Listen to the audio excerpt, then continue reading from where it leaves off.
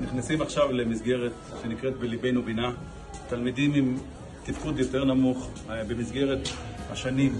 שיח סוד הצליח לדייק במסגרות, לא כל האנשים עם מוגבלויות באותו תפקוד, ואז אתה נכנס יכול להיות אותם גילאים, אבל תפקוד אחר של תלמידים. שמה בשערי תבונה היינו מקודם, ראינו תלמידים שמצליחים ללמוד גמרא, ופה הם צריכים יותר עזרה בעצמאות, הם צריכים עבודה אחרת.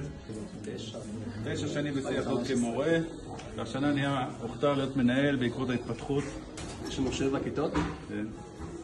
3 כיתות עברו לבית שמש. מה זה בשבילך שיח סוד? בית. בית שיח סוד, כמו שכתוב, זה משפחה, זה תומכים בך, אוהבים אותך, זה כמו בית. ברוך השם, כל שנה אנחנו מקבלים פרויקט אחרת. השנה זה פרויקט מיוחד. העמד שלכם, שבסוף השנה שאני אבוא לבקר אתכם. בראש מחמם את הלב לראות את המנכ"ל ככה על היום הראשון מגיע, אתם לא תואר.